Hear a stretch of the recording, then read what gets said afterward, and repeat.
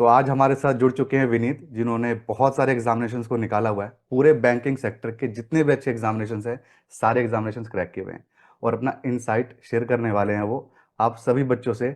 RRB हो, IBPS हो या फिर आपका एसबीआईपी हो, सबको क्रैक किया हुआ है। तो वेलकम विनीत। Thank you. कैसा थैंक यू लग रहा है, निखिल। इतने सारे एग्जामिनेशंस को क्रैक किया है आपने? कैसा फील होता है? अच्छा फील होता है डेफिनेटली। तो आप अपने बारे में थोड़ा सा शेयर करिए, अपने बैकग्राउंड के बारे में। आपका फाइनेंशियल कंडीशंस कैसी थी, कहाँ से आप हो, आप किस एज में सोचा एग्जामिनेशन को क्रैक करने के लिए, थोड़े अपने बारे में बताइए। सो ऐसे मैं बिहार से हूँ, बट आई अच्छा। Been brought up in Mumbai. Mumbai में ही रहा हूँ, एजुकेशन मेरा सब मुंबई में ही हुआ है, स्कूलिंग कॉलेज सब। हम्म। तो आफ्टर माय कॉलेज के बाद मैंने इंजीनियरिंग किया था in hmm. Electronics and telecommunication. उसके बाद मैंने एक जॉब किया डेलॉयट में। आईटी बेसिकली कोडिंग जॉब था वो, हम्म। कंसल्टेंसी में। तो वो जॉब मैंने लगभग 2 साल किया। उसके बाद मुझे आगे जाके एक्चुअली कोडिंग नहीं करना था, so hmm. I started looking out for opportunities. उसमें मैंने देखा ये एग्जाम्स दे सकते हैं। ऐसा मतलब एकदम डिसाइड नहीं किया था कि बैंकिंग ही ज्वाइन करूँगा। हम्म। तो और बेसिकली क्या हुआ, जब मैं काम कर रहा था तो तब मैंने तभी इन्वेस्टिंग स्टार्ट किया था। तो फिर मुझे लगा था कि थोड़ा फाइनेंस साइड मुझे कुछ करना है। हम्म। तो मैंने देखा आरबीआई, सेबी, बैंकिंग ये सब एग्जाम्स होते हैं। तो तभी उसके लिए मैंने प्रिपरेशन स्टार्ट किया। लगभग काम में 1.5 साल होने के बाद, 6 महीना हुआ उसके बाद मुझे लगा कि मतलब आई कैन क्रैक इट। तब मैंने जॉब छोड़ा और फिर एग्जाम्स देना स्टार्ट कर दिया था सब। अच्छा, जॉब छोड़ करके आपने प्रिपरेशन स्टार्ट की थी? हाँ, मतलब प्रिपरेशन थोड़ा पहले स्टार्ट कर दिया था, जब मुझे कॉन्फिडेंस आ गया कि हाँ हम्म। निकाल सकता हूँ मैं।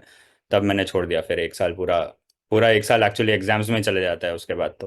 ठीक है। तो डेलॉयट बिग फोर में आप काम कर रहे थे, उसके बाद से बैंकिंग ही सेक्टर क्यों आपने चूज किया?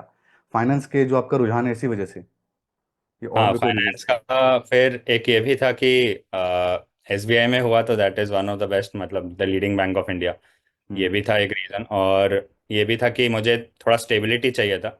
ऐसा नहीं कि, क्योंकि तभी बहुत फायरिंग हो रहा था हर जगह ही। आप हम्म। देखोगे तो जब कोविड ख़त्म हुआ 2022 के बाद, तो काफ़ी हम्म। इधर उधर स्टेबिलिटी नहीं था। तो मुझे एक स्टेबल इनकम भी चाहिए था, so that I can invest properly. अच्छा। ठीक तो है। इसके लिए भी बैंकिंग चूज़ किया। अच्छा, तो अभी आप करेंटली कौन से बैंक में, क्योंकि इतने सारी नौकरियां क्रैक की आपने, तो करेंटली कौन से बैंक में आप नौकरी कर रहे हो, कब से कर रहे हो, और रोल सो क्या है आपका वहाँ पे? So currently I am working in SBI, State Bank of India. Hmm. 2023 में ज्वाइन किया था मैंने, जुलाई में। हम्म। तो लगभग 1 साल हो गया है ज्वाइन किए हुए as a probationary officer, hmm. Scale one hmm. Officer में अच्छा। काम कर रहा हूँ। तो अभी बेसिकली क्या होता है बैंक में, आप जब ज्वाइन करते हैं एसबीआई में, हम्म। तो पहले आपको रिटेल सेगमेंट में काम करवाते हैं। उसके बाद हम्म। एसएमई सेगमेंट होता है, उसमें काम करवाते हैं। तो वो दो मेरा हो चुका है। तो अभी मैं रूरल वाला जो पोस्टिंग होता है वो आपका हम्म। 1 साल के लिए होता है, तो मैं उसमें अभी काम कर रहा हूँ बेसिकली। अच्छा, तो अभी एक्सपीरियंस अच्छा है, अच्छा फील हो रहा है एसबीआई में? सो मिक्स्ड फीलिंग रहता है, कभी आपको बहुत अच्छा लगेगा, कभी आपको थोड़ा फ्रस्ट्रेटेड हो जाओगे काम से। बट मिक्स्ड रहता है, जैसे कि सब जॉब में होता है वैसे ही है। ठीक ठीक है। है, मतलब ऐसे। ठीक है, मतलब आपको जो डेलॉयट में जो आपका वर्कलोड था और जो इंजॉयमेंट मिल रही थी वो यहाँ पर भी है, या फिर सेटिस्फैक्शन हाँ है कि मतलब, आप गांव में काम कर रहे हो रूरल एरियाज में? हाँ तो अभी डेलोइट का क्या था, एकदम अलग ही प्रोफाइल था। मतलब हम्म। दैट वाज समथिंग, कोडिंग मुझे करना नहीं था आगे जाके, और मैं वो कर हम्म। रहा था, तो वो तो मुझे पसंद ही नहीं आता था। इधर मुझे काम में प्रॉब्लम नहीं है, काम ये सब अच्छा है, सब ठीक है। और हाँ, रूरल में थोड़ा, अभी मैं इधर भी कर चुका हूँ, मेट्रो एरिया मुंबई में भी कर चुका हूँ, वापस मुंबई में आऊँगा अगले साल। अच्छा। रूरल में हाँ वो है कि अच्छे से आप काम करो तो सेटिस्फैक्शन तो मिलता है, लोग खुश होते हैं उधर, आशीर्वाद देते हैं। हम्म। ठीक है। तो आप अपना थोड़ा शेयर कर सकते हैं मार्क्स की, 10th में, 12th में, ग्रेजुएशन में क्या नंबर था, हमें पता चलेगा आप कैसे स्टूडेंट थे थ्रू आउट। हाँ हाँ। सो 10th में मेरा मुंबई एसएससी बोर्ड, हमारा जो महाराष्ट्र बोर्ड है उसी से मैंने दिया था, आईसीएससी सीबीएसई से नहीं। तो उसमें मेरा 91.27% था 10th में। 12th में आई गॉट 84.15 कुछ था परसेंटेज 12th में। एंड ग्रेजुएशन में सीजीपीए था हमारा, तो उसमें 8.3 था मेरा। अच्छा, तो हाँ थ्रू आउट आप अच्छे स्टूडेंट रहे हो और इसलिए एग्जामिनेशन भी क्रैक हो गए आपसे। मतलब, हाँ ठीक है, ऐसे थोड़ा मान सकते हैं, वो थोड़ा सा अबव एवरेज था। तो आप ये बताइए पहले कि कितने अटेम्प्ट लग गए, इतने जो ब्राइट स्टूडेंट है जो थ्रू आउट अच्छा परफॉर्मेंस किया है उसको कितने अटेम्प्ट लग रहे हैं? आप तीनों का शेयर करिएगा, एसबीआई का भी, आईबीपीएस का भी और आरआरबी का भी। मैंने सब एक्चुअली फर्स्ट अटेम्प्ट में क्लियर कर दिया अच्छा। एग्जाम्स। फर्स्ट अटेम्प्ट में ही हो गए थे मेरे। अच्छा मेरा तो तरीका मतलब अच्छा था, काफ़ी ऐसे अलग अलग था। हम्म काफ़ी लोग ऐसे काफ़ी साल से करते हैं, बट हम्म उनको वे नहीं मिलता कैसे करना है। उसके हम्म वजह से भी अटकते हैं काफ़ी लोग। गाइडेंस बहुत लोग को खुद करना स्टार्ट कर देते हैं, बट उनको तभी तक समझ में नहीं आता कि maybe they need some guidance. अब वो हम्म थ्रू वीडियोस हो, थ्रू यूट्यूब, थ्रू क्लासेस, वो हम्म, एक गलती करते हैं बहुत बच्चे। तो उसमें 3-4 साल लग जाते हैं उनको। एक्चुअली 1 साल काफ़ी है, मतलब तैयारी करने प्रिपरेशन। के लिए। हम्म। हम्म, लेकिन आपका बैकग्राउंड भी थोड़ा मैथ है, तो मैथ आपका पहले से ही अच्छा था, इंग्लिश अच्छी थी एक्चुअली तो। एकदम अपोजिट है, मतलब मेरा अच्छा। इंग्लिश ठीक था, लॉजिकल रीजनिंग ठीक था, हो गया था मतलब करते करते। बट कॉन्ट्स में सबसे ज़्यादा, मैथ्स में सबसे ज़्यादा टाइम लगा मार्क्स लाने में। अदरवाइज उसमें क्या होता था, 30 मार्क्स का प्री होता है जैसे अपना IBPS SBI में। तो मुझे कॉन्ट्स में ही सबसे कम आता था। काफ़ी टाइम लगा, 6-7 महीने लगे कॉन्ट्स में, मतलब हम्म, हाथ बैठने में और अच्छा स्कोर करने में। तो क्वांट में आपको टाइम लग गया, तो बीटेक के कॉन्ट्स में स्टूडेंट को टाइम, भी क्वांट में टाइम लग रहा है हाँ ऐसे मतलब ही। मेरा कैलकुलेशन स्पीड वो सब फिर भी ठीक था, ऑफकोर्स हम्म अच्छा था। बट जो अरिथमेटिक होता है, ये सब होता है, उसमें भी आपको ज़रूरी है अच्छा स्कोर करना, तो वो नहीं हो रहा था बहुत जल्दी उसको। मतलब I took some time to crack the code hmm. कॉन्ट्स में। तो आप सबसे पहले तो ये शेयर करिए कि आपने फर्स्ट अटेम्प्ट में सारे एग्जामिनेशन को क्रैक किया है, हाँ। तो ऐसा क्या आप कर रहे थे, आपको लग रहा है बाकी स्टूडेंट को देख के ये वो नहीं कर पा रहे थे, आपको लगा कि हाँ ये मैं कर पा रहा हूँ बाकी सबसे अलग? और दूसरा कि कोई एक ऐसी इंपॉर्टेंट चीज जो कि मिस करेंगे तो एग्जामिनेशन से नहीं निकलेगा, आपके हिसाब से ये दोनों चीज का आंसर करिए। तो मेरा बेसिकली क्या रहता था कि आप प्रिपेयर कर रहे हो अगर, तो हम्म मेरा मतलब फिक्स रहता था कि इतना इतना इतना करना है मुझे। अभी जैसे एवरीडे जब स्टार्ट किया मैंने, तो मैं तीनों ही सब्जेक्ट्स एवरीडे करता था। तो हम्म। इंग्लिश कर रहा हूँ अभी मैं, जैसे तो इंग्लिश में अब मैंने पहले तो आपको पैटर्न देखना ज़रूरी है कि कैसा पेपर आता है, कुछ भी लेके नहीं प्रीवियस ईयर बैठ। पेपर का एक एनालिसिस जरूरी है। जरूरी है, बहुत जरूरी हाँ है। तो ठीक है। आप देखोगे 4-5 साल का या 2 साल का, लेटेस्ट देख लो 2 साल का, तो इतने 8-8 शिफ्ट होते हैं, 6-7 हम्म इतने शिफ्ट्स होते हैं। तो आप वो देखेंगे तो आपको समझ में आएगा कि अच्छा, रीडिंग कॉम्प्रिहेंशन से 30 मार्क में 8 से 10 क्वेश्चन पूछते हैं। हम्म मतलब ऑलमोस्ट 33% रीडिंग कॉम्प्रिहेंशन से आता है। हम्म उसके बाद एरर डिटेक्शन 100%, 5 क्वेश्चन आते ही हैं। तो आप देखोगे तो बाकी वोकैबुलरी, तो वही हम्म पेपर है इंग्लिश का। हर साल वही आता है, वैसा ही आता है। अब हम्म आपको उसी में वही प्रैक्टिस करना है एवरीडे। अब एक दिन की बात नहीं है, एक महीने की बात नहीं है कि आपका इंप्रूवमेंट आ जाएगा। बहुत लोग को लगता है कि अभी कर रहे हैं 1 महीने 2 महीने से इंप्रूवमेंट नहीं आ रहा है, तो उधर गलती है। वो करते रहना पड़ता है। इंग्लिश एक ऐसा सब्जेक्ट है कि आप जितना भी कर लो, वो क्या, इतना अनलिमिटेड थिंग है वो चीज़ अब नहीं हो सकता है। तो आपको एवरीडे करते रहना है वो, ऐसा नहीं कि हम्म। 6 महीने बाद भी इसके आपको लिए थोड़ा कम प्रैक्टिस स्कोर। जरूरी है। प्रैक्टिस बहुत ज़रूरी है। तो मैं बेसिकली वही प्रैक्टिस करता था पेपर के जैसे ही, कि स्टार्ट मैंने रीडिंग कॉम्प्रिहेंशन से किया, फिर हम्म एरर डिटेक्शन किया, वो एवरीडे करता था मैं। हम्म जब तक मेरा स्कोर मतलब काफ़ी ज़्यादा नहीं हम्म आने लगा, तो मैं एवरीडे वो तब तक करता था। एक बार मेरा हाथ बैठ गया, उसके बाद खाली मॉक्स ये सब से हो जाता है। एक हम्म गलती, आप जैसे बोल रहे थे गलती क्या करते हैं बच्चे, हम्म, वो मॉक्स सीधा मॉक्स देना स्टार्ट कर देते हैं। अब यू अच्छा। Don't know about the subject, you haven't practised about the, hmm मतलब यू हैवंट प्रैक्टिस्ड क्या कैसे क्या करना है। बिना प्रैक्टिस के मैं वही गाइड करता हूँ जब भी, तो बोलता हूँ आप प्रैक्टिस के बिना मॉक्स या टेस्ट मत लगाइए। पहले प्रैक्टिस बहुत इंपॉर्टेंट है। तो एक मैंने बहुत बड़ी गलती देखी है। सीधा मैं पूछूंगा उनसे आप प्रैक्टिस कहाँ से कर रहे हो, तो बोलेंगे मॉक टेस्ट। तो हम्म आपको प्रैक्टिस कहाँ से करना है? आप क्लासेस के देखेंगे, वीडियोस है इतने फ्री हम्म अवेलेबल है यूट्यूब पे आज तो। मतलब हम्म काफ़ी ज़्यादा अच्छा हो गया है, पहले सबको जाना पड़ता था। हम्म आप गाइडेंस ले सकते हो, वो भी आज इतना कॉस्टली नहीं है। अब अगर आप देखोगे, कंपेयर करोगे IIT JEE ये सब के, इससे 4-4 5-5 लाख रुपए लेते हैं वो लोग। हम्म, तो उसके मुताबिक तो कुछ भी नहीं है अभी ये सब एग्जाम्स के लिए जो गाइडेंस मिलती है क्लासेस की। तो आप वो ले लो अगर आपको प्रॉब्लम हो रहा है खुद से करने में, तो उसके थ्रू प्रिपरेशन आपका अच्छा हो जाता है। कोई ठीक है। गाइड कर देगा आपको। तो ये एक गलती करते हैं लोग कि डायरेक्टली टेस्ट देना स्टार्ट कर देते हैं, वो मेरे हिसाब से नहीं करना चाहिए। पहले आपको प्रैक्टिस करना चाहिए सबको अच्छे से, एक बार आपको लगे कि हाँ हो गया, तब टेस्ट देना स्टार्ट कीजिए, फिर रिजल्ट देखिए अपना। अच्छा, तो मॉक टेस्ट थोड़ा समय बाद देना है, स्ट्रैटेजी हाँ। हमारी तैयार होनी चाहिए, एनालिसिस होना चाहिए प्रीवियस ईयर पेपर्स का। ये हम्म। आपका मेन चीज़ है जिसकी वजह से आपने हाँ। क्रैक किया एग्जामिनेशन को। विनीत, जो आपके एग्जामिनेशन था, मेंस एग्जामिनेशन, उससे एक महीने के पहले का रूटीन बताइए। क्या वो 15-16 घंटे वाली पढ़ाई आप कर रहे थे, या फिर क्या आपका रूटीन था, डेली रूटीन बताइए। हाँ। सो प्री का मैं वही बोलता हूँ, मेंस से पहले आपका प्री का पूरा बेसिक्स स्ट्रांग हो जाना चाहिए। हम्म तभी आप मेंस में अच्छा कर पाओगे। अदरवाइज मेंस आजकल जो पेपर आ रहे हैं काफ़ी टफ आ रहे हैं। तो मेरा रूटीन कैसा रहता था, मैं सुबह उठता था, मेरा ऑलरेडी हो चुका था, तो मैं थोड़ा प्रैक्टिस करता था पहले। तो तभी भी मैं मॉक सीधा नहीं लगाता था, और मेंस का मैं मॉक एवरीडे नहीं लगाता था। तो मैं क्या करता था, कॉन्ट्स का लिया कोई वीडियो, अभी तभी मैं ऑलिव बोर्ड क्लासेस ये सब सब वीडियोस आते थे उनके, मेंस के एवरीडे के वीडियोस आते अच्छा। हैं यूट्यूब पे, तो मैं उनका देख लेता था और प्रैक्टिस करता था पॉज करके। सो जो भी उनने क्वेश्चंस करवाए रीजनिंग के, कॉन्ट्स के, अरिथमेटिक, ये सब के। इंग्लिश में टेस्ट दे के प्रैक्टिस करता था, क्योंकि वो आरसी और वो सब थोड़ा वीडियो से मेंस का नहीं हो पाता। हम्म। तो स्टार्ट में सुबह वही करता था, थोड़ा प्रैक्टिस करता था, हम्म। और 2-3 घंटे प्रैक्टिस किया, फिर 12 बजे बैठता था मैं मेंस का मॉक देने के लिए। और मेंस का मॉक 2-3 घंटे का होता है, तो वो मैं फिर तब तक देता था पूरा मॉक। उसके बाद फिर लंच करता था, 4-5 बज जाते थे उसी में। फिर आपको मॉक एनालाइज करना पड़ता है पूरा, कहाँ क्या हम्म। गलती हुआ, तो वो करता था, उसमें शाम हो जाता था। फिर बाकी रात को वही रिवीजन, करंट अफेयर्स का रिवीजन बहुत इंपॉर्टेंट रहता था। हम्म। तो एवरी डे का लगभग ऐसे रहता था। फिर मैं ऑल्टरनेट डेज मॉक देता था, मैं हर दिन मॉक नहीं देता था, क्योंकि मॉक देना मतलब आपका 5-6 घंटा, मेंस के मॉक हम्म। का एनालिसिस करके 5-6 घंटा जाता है। तो अगर हम्म। आप एवरी डे इतना कर लोगे तो करंट अफेयर्स आपका छूट जाएगा। और आपको मेंस के लिए डिस्क्रिप्टिव भी प्रैक्टिस करना पड़ता है। हम्म। आरआरबी पीओ मेंस में डिस्क्रिप्टिव नहीं होता, बट बाकी हम्म। एग्जाम्स में होता है। तो मैं ऑल्टरनेट डेज देता था, या कभी कभी 2 दिन पे एक मॉक देता था मेंस का। बाकी करंट अफेयर्स ये सब का भी पढ़ना पड़ता था। तो बेसिकली ऐसा ही रहता था मेरा टाइम टेबल। अच्छा, तो टाइम टेबल तो आपका काफ़ी अच्छा था, तभी एग्जामिनेशन क्रैक किया आपने। तो अच्छा, ये जो मेंस की आप पढ़ाई कर रहे थे, ये प्रीलिम्स से पहले ही सिलेबस खत्म कर चुके थे, प्रीलिम्स के बाद बस रिवीजन चल रहा था, या फिर स्टिल आपका सिलेबस बचा हुआ था, आप उस वक्त पढ़ रहे थे? तो मेरा प्रीलिम्स का मैंने मतलब आई मेड श्योर कि मेरा प्रीलिम्स का पूरा सिलेबस हो चुका हो। तो हम्म। क्या होता है, एक तो अपना बैंक के एग्जाम्स कैसे होते हैं, पहले आरआरबी पीओ मेंस, फिर हम्म। आईबीपीएस पीओ मेंस, फिर एसबीआई पीओ मेंस। तो हम्म। आरआरबी का करके मेरा एक बेस बैठ गया था। हम्म। आरआरबी का तभी मतलब लेवल थोड़ा कम होता है आईबीपीएस और एसबीआई से, हम्म। मेंस का जो होता है अभी काफ़ी हार्ड आने लगा है वो भी।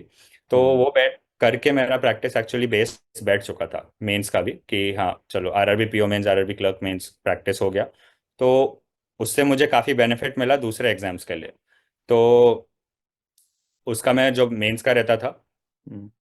प्रिपरेशन, प्रैक्टिस बेसिकली, कुछ कुछ रह गए थे मेरा, ऐसा नहीं है कि सब मैंने कर लिया था।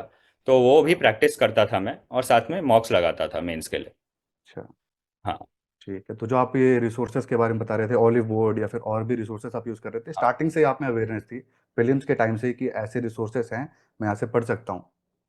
जी जी, तो मैंने पहले ही यूट्यूब पे देख लेते हैं, हाँ ये 2-3 क्लासेस हैं जो अच्छे, मतलब एवरीडे इनका कुछ ना कुछ कंटेंट आता है। और हम्म। एवरीडे बेसिकली इंग्लिश, सब टीचर्स हैं उनके अलग अलग, वो हम्म। पढ़ाते हैं। तो ऑलिव बोर्ड में बहुत अच्छे से फॉलो करता था, ऑलिव बोर्ड का मॉक टेस्ट था, और वही बेसिकली 2-3, मैंने ज़्यादा भी नहीं किया, 2-3 ही किया। और करंट अफेयर्स के लिए अफेयर्स क्लाउड का एक पीडीएफ आता है, वो हम्म। पढ़ता था मैं। हम्म। ठीक है। तो आपने खुद ही मेंशन किया है अभी कि आरआरबी पीओ का मेंस पहले होता है, फिर आईबीपीएस का, और उसके बाद एसबीआई का। यस तो यस। आरआरबी पीओ का मेंस का रिजल्ट तो निकल चुका है, और इंटरव्यू बच्चे देने वाले हैं नवंबर में, और यस। इस वीडियो से उनको बहुत ज़्यादा फायदा मिल पाए, हमारा यही है, हमारा मतलब आपका और मेरा दोनों का ये इच्छा है। हाँ हाँ। तो सबसे पहले तो ये समझाइए कि एसबीआई, आईबीपीएस, आरआरबी तीनों ही आपने दिया हुआ है इंटरव्यू, तीनों पे इंटरव्यू पे गए हैं आप, क्या यस। डिफरेंस देखा आपने इन सब के अंदर? सो काफ़ी डिफरेंस है आरआरबी पीओ और एसबीआई पीओ के। पहले मैं आरआरबी एसबीआई का आपको बता देता हम्म। हूँ, दोनों में काफ़ी डिफरेंस है। तो आरआरबी पीओ में क्या होता है, आपका जो वेटेज है इंटरव्यू का वो 20% होता है ओवरऑल वेटेज में, और हम्म। मेंस का 80% वेटेज होता है। हम्म। एसबीआई में थोड़ा और ज़्यादा वेटेज है इंटरव्यू को, 25% वेटेज है, और 75% मेंस को होता है। हम्म। और एसबीआई में इंटरव्यू, जैसे आरआरबी पीओ में 100 मार्क्स का इंटरव्यू होता है आपका, पूरा हम्म। टोटल इंटरव्यू को ही 100 मार्क्स दिया है। एसबीआई में 50 मार्क्स का है, उसमें आपका ग्रुप एक्सरसाइजेज होते हैं, जीडी और जी, ग्रुप हम्म। डिस्कशन, ग्रुप एक्सरसाइज, हम्म। उसको 20 मार्क्स दिया है, और आपके पर्सनल इंटरव्यू को 30 मार्क्स दिया है।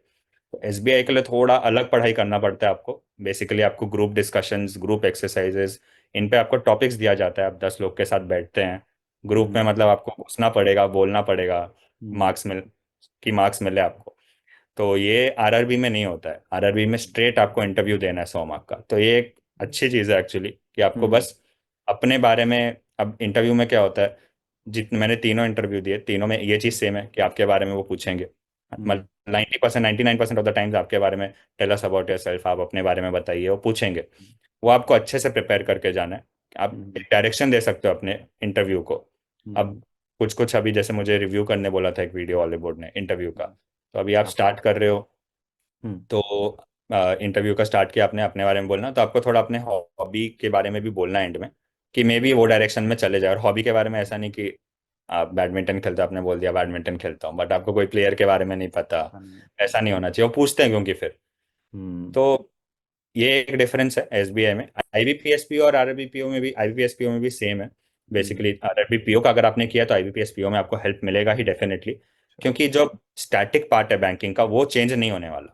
हम्म, तो मैंने आरआरबी पीओ का जो पढ़ लिया था बैंकिंग का एक बार इंटरव्यू का अच्छे से, हम्म, तो जो स्टैटिक एनईएफटी आरटीजीएस वो चीज़ सेम ही होने वाला है बैंकिंग में, कभी चेंज नहीं होगा। तो एक बार हम्म, पढ़ लिया तो वो फायदा होता है आपको डेफिनेटली, कि आपको बैंकिंग का नॉलेज है अभी। बस हम्म, एसबीआई और ये सब के लिए थोड़ा करंट अफेयर्स, इंटरनेशनल अफेयर्स के बारे में भी पूछते हैं इंटरव्यू में, वो आपको थोड़ा ब्रश अप करना पड़ता है। बाकी ये चीज़ कॉमन है तीनों में ही, बैंकिंग के बारे हम्म, में जो भी बैंकिंग अवेयरनेस का पूछेंगे, एक बार आपने कर लिया तो आपको सब इंटरव्यूज में वो काम आने वाला है। हम्म, ये है। और आरआरबीपीओ में एक डिफरेंस है कि आपका जो भी स्टेट में होगा, क्योंकि स्टेट वाइज है, तो उधर का हम्म, लैंग्वेज में वो बात करने बोल सकते हैं, पूछ हम्म, सकते हैं उसके बारे में। बस इतना ही, ऐसा ही डिफरेंस है बेसिकली। अच्छा। तो आप अपने हिसाब से अगर रेट करो आरआरबी, अगर हम जीडी को हटा दें, सिर्फ पर्सनल इंटरव्यू को रेट करें, आरआरबी, आईबीपीएस और एसबीआई, तो क्या इसके अंदर डिफरेंस है टफनेस के अंदर? आप अगर रेट करते हो इन तीनों को तो। एसबीआई का टफेस्ट है, क्योंकि टफेस्ट है। उसमें काफ़ी आपका आपका स्किल, आपका लक हम्म, फैक्टर पे भी आ जाएगा। जीडी 10 लोग बैठेंगे आपके साथ ग्रुप डिस्कशन ये सब अच्छा। में, हम्म, किसको क्या नंबर देगा। सामने आदमी एक दो ही रहेंगे, मतलब हम्म, तो हो सकता है आपने बोल दिया फिर भी उतना नंबर ना दिया, तो एक वो हम्म, चीज़ है। उसके बाद आईबीपीएस और आरआरबीपीओ का सेम रहता है लेवल, अच्छा। ऐसा कुछ नहीं है कुछ ज़्यादा, दोनों सेम ही रहेगा, क्योंकि उसमें भी पैनल में 5 लोग बैठेंगे, उसमें भी पैनल में 5 लोग बैठेंगे, और हम्म, सीधा इंटरव्यू पे 100 मार्क्स है, तो आपको अच्छा। अच्छे से प्रिपेयर करके जाना है उसके लिए। अच्छा, ठीक है। तो जब आपने एग्जामिनेशन दिया था आरआरबी पीओ का, उसके इंटरव्यू में आपका क्या मार्क्स था? इंटरव्यू में मुझे 68 आया था। 68 आया था, काफ़ी ठीक मार्क्स था। और हाँ। मेंस में भी आपके अच्छे नंबर आए होंगे मुझे लग रहा है। हाँ मेंस में तो मेरा हाँ मेंस में हम्म, मेरा बेसिकली मेरे टाइम 86 था कट ऑफ महाराष्ट्र का, हम्म, और मुझे 106 पॉइंट कुछ आया था, मतलब 20 मार्क का गैप था मेरा। हम्म, तो आपका एनीथिंग अबव एक्चुअली, मुझे लगता है इंटरव्यू में 60 के ऊपर अगर आप ला रहे हो तो काफ़ी अच्छा है नंबर। हम्म, ठीक है। और मेंस जो आपने दिया, तो उस वक्त का जो नॉलेज था वो भी पूछते हैं इंटरव्यू में, या फिर वो सब हमारा हो गया क्वांट रीजनिंग सब खत्म, और अब बस जो इंटरव्यू है वो टोटली डिफरेंट है? हाँ तो एक्चुअली वही होता है, कॉन्ट रीजनिंग हो गया आपका, उनका वो अच्छा। खुद बोलते भी हैं अच्छा। कि वो नॉलेज टेस्टिंग था आपका, उसमें आप अच्छे हम्म, हो, आप इंटरव्यू ही है वो, अच्छा। आपको बोलना देखेंगे, स्पीकिंग स्किल कैसा है, how hmm, do you carry your self, कैसे आप अंदर आ रहे हो, बैठ रहे हो, बात कर रहे हो, वो सब हम्म, देखते हैं थोड़ा वो। और अच्छा। नॉलेज देखते हैं बैंकिंग ये सब का, करंट अफेयर्स ये सब का, वही सब हम्म, होता है इंटरव्यू में। अच्छा, ठीक है। आप थोड़ा अपना आरआरबी पीओ का जो इंटरव्यू है, जो आपने दिया था, उसका एक्सपीरियंस को शेयर कर सकते हैं कि क्या था, क्या वहाँ पे इंटिमिडेटिंग था? थोड़ा सा होता है ना, काउंटर क्वेश्चंस तुरंत कर रहे होते हैं, आपको जवाब देने का टाइम नहीं दे रहे, तो ऐसा था हाँ या फिर थोड़ा सा नॉर्मल था? अपने थोड़ा एक्सपीरियंस को शेयर करिए, कैसा था? तो मेरा इंटरव्यू औरंगाबाद में था। अच्छा। अ, उधर स्टार्टिंग में बोला गया कि आप जाइए, तो मैं स्टार्टिंग में ही जाके बैठ गया एक्चुअली। अच्छा। मेरे आगे एक दो लोग थे। बहुत लोग क्या करते हैं जानबूझ के थोड़ा लेट जाते हैं, हम्म, पढ़ते रहेंगे एंड में, तो अब जितना पढ़ा था उतना ठीक है, मैंने भी ऐसे, अब पूरा कभी ऐसे प्रिपरेशन नहीं कर सकते इस चीज़ के लिए, हम्म, क्या पूछेंगे आपको नहीं पता। तो हम्म, एक्चुअली मैं काफ़ी, फर्स्ट इंटरव्यू था वो मेरा ऐसे पांच अच्छा। लोगों के सामने, अभी तक जो दिया था वो एक दो लोग और वैसे टाइप के थे, सब हम्म, 5 लोगों के सामने, और ऐसे गवर्नमेंट जॉब टाइप के लिए मेरा हम्म, पहला इंटरव्यू था, तो थोड़ा नर्वस भी था मैं। तो मैंने सोचा था कि पहले देके ही ख़त्म कर दो, इतना वेट मत करो। तो मैं जाके बैठ गया था, अंदर गया तो 5 लोग बैठे थे, एक फीमेल मेंबर थी और 4 मेल मेंबर्स थे। अच्छा। तो हाँ तो मैं इंटरव्यू में गया, तो उनने बोला बैठने के लिए, सबको ग्रीट किया, गुड मॉर्निंग ये सब, और बैठने बोलते हैं वो। उसके बाद वही उनने स्टार्ट किया। अच्छे थे वो, ऐसे कुछ इंटिमिडेट या कुछ ऐसे नहीं किया, नॉर्मल थे। वही आपको एक्चुअली लेके चलना है दिमाग में कि हम्म, नॉर्मल ही रहता है, आपको बात करके अच्छे से बात करके आना है उनसे, और प्रोफेशनली, ऐसा नहीं कि फ्रेंड्स भी, उनको फ्रेंड्स मान लो, अच्छे से हम्म, बात करना मतलब प्रोफेशनली अच्छे वे में बात करके आओ उनसे। और कुछ नहीं, जो हॉनेस्टली, एक हॉनेस्ट रहना बहुत ज़रूरी है। क्यों, मैं बताता हूँ, 5 लोग हैं, आप हम्म, एक दो तीन लोग को बुद्धू बना सकते हो, बाकी हर को बुद्धू नहीं बना पाओगे, झूठ नहीं हम्म, बोलो। ऑनेस्ट रहना इंपॉर्टेंट है, क्योंकि कोई किसी ना किसी ने पकड़ लिया तो फिर आपका मार्क्स घटा देगा वो। हम्म। तो वही वो पूछते हैं, मैं मेरे से tell us about yourself ऐसा पूछा, मैंने बताया था हॉबी में कि इन्वेस्टिंग ये सब मुझे पसंद है। हम्म।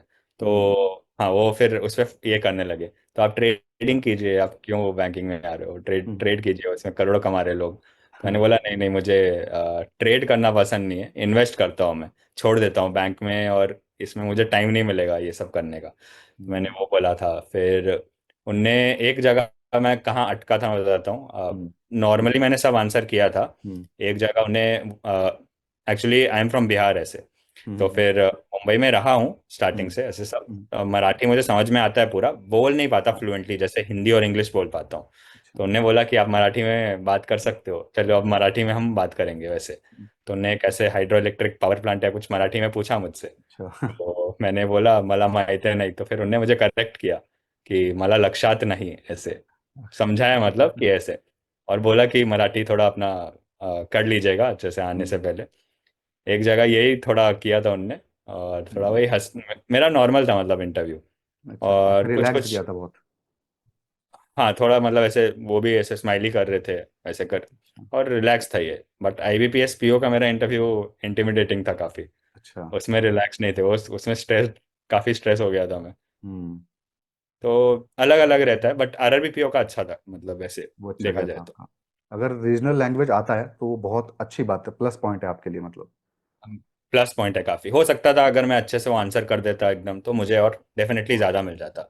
आरआरबी हाँ। पीओ में वो बहुत इंपॉर्टेंट है, अगर आप हम्म। कहीं और से हो और आपने कहीं और भर दिया है, और आपको तो रीजनल लैंग्वेज बिल्कुल भी नहीं आता, तो बहुत बड़ी दिक्कत की बात है। वो हम्म। मार्क्स घटा सकते हैं आपका, क्योंकि आप काम कैसे करोगे रीजन मतलब उधर जाके, हम्म। एटलीस्ट समझ में आपको आना चाहिए, ये सब आना चाहिए। आरआरबी में ज़रूरी भी, क्योंकि उसी एरिया में आप रहते भी हो, पोस्टिंग भी वही यस रहती है। यस। हाँ तो आपने जैसे भी की क्वेश्चंस शेयर कर ही रहे थे, तो इसके ऊपर थोड़ी सी और लाइट डालिए कि आरआरबी पीओ आईबीपीएस एसबीआई के अंदर क्या कॉमन क्वेश्चंस हैं जिसको आपको कंफर्म रेडी करना है। थोड़ा सा और इसको अच्छे से समझाइए कि हाँ, ये तीन चार क्वेश्चंस तो ज़रूर आते हैं। जैसे आपने हॉबीज़ के बारे में बताया, हाँ पर्सनल इन्फॉर्मेशन के बारे में बताया, तो थोड़ा सा और एलिबरेट करिए कि और क्या क्या क्वेश्चंस हैं, क्योंकि बच्चे देख रहे हैं इस वीडियो को, उनके इंटरव्यू आने वाले हैं, तो वो उनको बहुत हेल्प मिलेगी इससे। हम्म। तो हम्म। पहले तो जैसे मैंने बताया, अपने बारे में पूरा अच्छे से प्रिपरेशन करके जाइए। अब अपने हम्म। बारे में मतलब you will tell about yourself, आपने क्या हम्म। किया, हम्म। आपने एजुकेशन क्या था, आपका बैकग्राउंड, अगर आपने काम किया तो क्या किधर काम किया। उसके बाद आप अपने फैमिली के बारे में बताएंगे, और उसके हम्म। बाद अपने हॉबीज़ के बारे में बताएंगे। तो अच्छा। अगर आपने वर्क प्रोफाइल के बारे में अपना बताया है, तो वो हम्म। 100% काम के बारे में पूछते हैं। मेरे से तीनों इंटरव्यू में पूछा, अच्छा। तीनों के तीनों में पूछा कि हम्म। अच्छा ये तो अच्छा मतलब अच्छा फील्ड था, आईटी जॉब, ये हाँ। तो फ्यूचर है, एआई ये सब पे आ गए थे, हम्म। तो आप कंटिन्यू कर सकते थे उधर ही, क्यों आप छोड़ रहे हो ये सब। तो आपने, मेरा ये बोलने का मतलब है कि आपने जो काम किया है, अगर आप बोल रहे हो तो उसके बारे में अच्छे से पता, मतलब एटलीस्ट अगर आपने नहीं भी किया हो तो बेसिक पढ़ के चले जाना। और हम्म। आपके बैकग्राउंड के बारे में समझो, आपने कंप्यूटर इंजीनियरिंग किया है या आप बीएससी हम्म। मैथमेटिक्स किया है आपने, तो उससे भी वो कभी कभार अगर आपने काम नहीं किया तो उससे पूछेंगे वो, बेसिक क्वेश्चन पूछ देंगे। जैसे अगर कंप्यूटर इंजीनियरिंग किया है तो पूछ देंगे एचटीएमएल का फुल फॉर्म क्या है, सीएसएस हम्म। क्या है। आपने बीएससी मैथ्स किया है तो पूछ देंगे हम्म। जीरो का इन्वेंशन किसने किया था, अच्छा। वैसा टाइप का। तो आपको अपने बैकग्राउंड के बारे में पढ़ के जाना है अच्छे से, जो भी हम्म। पढ़ाई किया आपने या काम किया, ये दो बहुत इंपॉर्टेंट है, दोनों में से एक ना एक क्वेश्चन 100% वो पूछते ही हैं। मेरे से तो हम्म। तीनों में इंटरव्यू में काम के बारे में ही पूछा, काम किया तो काम हम्म। के बारे में पूछेंगे। अच्छा। तो एक ये चीज़ है। बाकी बैंकिंग का जो नॉलेज है, बैंकिंग के हम्म। पीडीएफ्स अपना सब हम्म। क्लासेस वाले दे देते हैं, वो भी फ्री ऑफ कॉस्ट भी मिल जाता है आपको पीडीएफ्स, हम्म। क्लासेस हम्म। अपने वेबसाइट पे दे देती है। तो हम्म। वो पढ़ के ही जाना है। 100% कुछ ना कुछ उसमें से बैंकिंग नॉलेज से पूछते हैं वो, अच्छा। और तीनों के नॉर्मली अंदर ये पूछते हैं? तीनों के अंदर ही पूछते हैं, अच्छा। कुछ ना कुछ तो बैंकिंग का इंटरव्यू है तो बैंकिंग का पूछेंगे। तो आपको पढ़ के जाना है, और इतना ऐसा नहीं है कि बहुत टफ है कुछ। सब उनको पता है कि आपका, आपने बैंक में काम नहीं, जिनने किया है उनका हम्म। मे बी इंटरव्यू थोड़ा डिफरेंट होगा, हम्म। उनसे पूछ सकते हैं बैंक हम्म। का कुछ। लेकिन जिसने नहीं किया उनको पता है, उनसे हम्म। ऐसा नहीं है कि बहुत हार्ड क्वेश्चन पूछ देंगे। तो बैंकिंग उनको पता रहता है, तो आप बैंकिंग के बारे में थोड़ा तो पढ़ के जाओ, जो भी पीडीएफ ये सब क्लासेस आपको प्रोवाइड करेगी, उससे पढ़ के जाना चाहिए आपको। और हम्म। करंट अफेयर्स का, या आपके स्टेट, हम्म। अब आरआरबी के केस में आप हम्म। जिस स्टेट से दे रहे हो, समझिए आप यूपी से दे रहे हैं, हम्म। तो यूपी का चीफ मिनिस्टर कौन है, हम्म। गवर्नर कौन है, या यूपी में कुछ 5 चीज़ें बताइए, या 5 मंदिर बताइए जहाँ हम जा सकते हैं, वैसा टाइप का भी क्वेश्चन पूछते हैं। उधर के बेस्ट फूड के बारे में बताइए आप, अच्छा। क्या क्या है। तो आपको आरआरबी के केस में आपके स्टेट के बारे में भी थोड़ा पता होना चाहिए। हम्म। तो स्टेट ये वाइज थोड़े क्वेश्चंस भी चीज़ें आए हैं। जो, हाँ, आपको अच्छे से स्टेट प्रिपरेशन से कर। रिलेटेड करंट अफेयर्स भी पूछते हैं क्या इसके अंदर? जिस भी स्टेट से आप हो, कुछ लेटेस्ट इवेंट हुआ है वहाँ पे? हाँ हाँ हाँ, लेटेस्ट इवेंट के बारे में पूछ सकते हैं वो। जैसे हम्म। मुझसे तो आरआरबी में तो स्टेट में कौन सा कोई हाइड्रो इलेक्ट्रिक पावर प्लांट है कुछ के बारे में पूछा था। अच्छा। मुझे तभी याद नहीं था तो मैं नहीं बता पाया। और हाँ, इंटरव्यू में ये भी है कि एक चीज़ अगर आपको नहीं आंसर आ रहा है तो हम्म। आप बोल दो उनको कि currently I am not able to recall, but I will hmm. Definitely look into it. या हिंदी जो भी आपका नेटिव लैंग्वेज हम्म। उधर है उसमें आप बोल दीजिएगा कि अभी नहीं आ रहा बट मैं देख लूंगा इसको, ऐसे बोलिएगा। गलत बोलने से बेटर है कि ऑनेस्टली ये बोल दीजिए, कोई मार्क्स ये सब नहीं जाता उसके लिए। हम्म। क्योंकि उनका भी पता है किसी को 100% नॉलेज नहीं होता है। अच्छा। ठीक है। और लैंग्वेज की बात आपने की है तो ये पूछ लेते हैं कि तीनों ही इंटरव्यू के अंदर आपसे किस लैंग्वेज आप कंफर्टेबल हो पूछते हैं, या फिर अपने हिसाब से ही वो करते हैं? हाँ, तो अगर आप जैसे इंग्लिश में स्टार्ट करेंगे तो वो इंग्लिश में ही बात करेंगे, बीच में अच्छा। कुछ नहीं होता। अगर हम्म। उन्होंने कुछ हिंदी में वो बोलने लगे तो आप हिंदी में बोल सकते हो। बट हम्म। ऐसा स्विच नहीं करना है कि हिंदी भी बोल रहे हो इंग्लिश भी बोल रहे हो, वैसा बिल्कुल नहीं करना है। एक ही लैंग्वेज पे स्टिक कीजिएगा। अगर हम्म। आप से उनसे पूछा tell us about yourself, आप हिंदी में बोलने लगोगे, वो समझ जाएंगे कि आप हिंदी में कंफर्टेबल हो, हिंदी में कंटिन्यू करेंगे। और आरआरबी के केस में लेकिन अभी आप कर्नाटका चले गए हो, और हम्म। मे बी वो इंग्लिश में करेंगे बट वो कन्नड़ के बारे में आपको पूछेंगे ही। चलेंगे। ऐसा बहुत स्टूडेंट्स के पास साथ हुआ है, और उनको जिनको नहीं आता था आप वैकेंसी देख के भर देते हैं, उसके बाद हम्म। इशू आता है, वो गुस्सा होते हैं थोड़ा अगर आपको बिल्कुल भी नहीं आता कुछ उस लैंग्वेज के बारे में तो। एक दो पॉइंट बहुत इंपॉर्टेंट निकल के आई है आपसे बात करते हुए, कि एक तो आपने दो बार एम्फेसिस किया इस चीज़ के ऊपर कि जो भी आप पर्सनल इन्फॉर्मेशन देते हो, जैसे आपने वर्क एक्सपीरियंस के बारे में बताया या फिर हम्म हॉबीज़ के बारे में बताया, तो उस डायरेक्शन में कन्वर्जेशन चाहते हो कि चले जाए, क्योंकि मैं पहले से पढ़ चुका हूँ उसके बारे में, और मेरी हाँ हाँ हॉबी है तो मेरी उसमें नॉलेज भी है, या फिर मेरा हम्म वर्क एक्सपीरियंस है तो मुझे उसके बारे में भी पता है। तो एक ये बहुत अच्छी बात है कि आप कुछ ऐसी बातें वहाँ पे बताओ स्पेशल, जिसके तरफ आपका इंटरव्यू घूम जाए और उसमें आपकी नॉलेज हो, एक्सपर्टीज हो, है ना? Right right exactly. हम्म। ठीक है, बहुत इंपॉर्टेंट पॉइंट था ये जो आज निकल के आया है।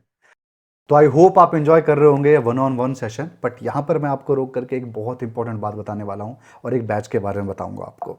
आप अपने सामने देख सकते हो कि आईबीपीएस आरआरबी का जो इंटरव्यू है आपके सर पे आ चुका है, और आप इस समय में बिना किसी मॉक इंटरव्यू के ऑलमोस्ट इम्पॉसिबल है क्रैक कर पाना। अच्छा स्कोर तो आप भूल ही जाओ। तो यहाँ पर मैं एक बैच रिकमेंड करूँगा, जिसमें मैं सबसे पहले स्क्रीन से हट जाता हूँ, जिसमें मैं भी अवेलेबल हूँ और वन ऑन वन इंटरव्यू भी आपका लूँगा। तो ये ऑलिव बोर्ड की तरफ से है आईबीपीएस आरआरबी पीओ का मॉक इंटरव्यू बैच। इसके अंदर तीन चीज़ें मिलने वाली हैं। सबसे पहले आपको one on one mock interview मिलेगा। किसके साथ मिलेगा? आप सामने देख सकते हो कि एक्स आईबीपीएस पैनलिस्ट, यानी जो पहले इंटरव्यूज लेते थे आईबीपीएस के थ्रू। इसके अलावा आपको एक्सपर्ट्स, यानी जिसमें मैं भी अवेलेबल हूं। तो यहां पर आपको दो वन ऑन वन मिलेगा, एक आपका पैनलिस्ट का भी मिलेगा और एक आपका एक्सपर्ट का भी मिलेगा। इंटरव्यू के बाद आपको फीडबैक भी मिलेगा कि आपने क्या इंप्रूव करना है, क्या चीज़ें चेंजेस करनी है। बहुत कुछ मिलने वाला है यहाँ पे आपके पास। लाइव क्लास भी मिलने वाला है, वीडियो लेक्चर भी मिलने वाला है, और यहाँ पर आपको टिप्स भी मिलेगी, और एक टेलीग्राम ग्रुप भी ज्वाइन करवाया जाएगा जहाँ पे आपको डेली असाइनमेंट मिलेगा। तो ये बहुत वाइटल हो जाता है ऐसा एक बैच, क्योंकि इंटरव्यू आपके सर पे है। इतने पास आकर के वापस नहीं जाना है आपको दोबारा प्रीलिम्स और मेंस के फेज़ में। तो ऐसा एक बैच आप लोग ज़रूर अपनी नज़र में रखना। तो आपने बैच के बारे में देख लिया, लिंक डिस्क्रिप्शन में है। मेरा कूपन कोड यूज़ कर लेना KNI के, आपको सबसे ज़्यादा डिस्काउंट उसी कूपन कोड के थ्रू मिलेगा। लिंक भी डिस्क्रिप्शन में है और कूपन कोड भी मैंने लिख दिया है। तो ये था पार्ट 1 वीडियो का। पार्ट 2 अगर आपको देखना है कल सुबह अपलोड हो जाएगा। इसके अलावा आपके इस वीडियो में कोई भी डाउट बचता है ना, मुझे कमेंट ज़रूर करिएगा। चैनल को तो आपने सब्सक्राइब कर ही लिया होगा, कमेंट का भी मैं ज़रूर रिप्लाई करूँगा।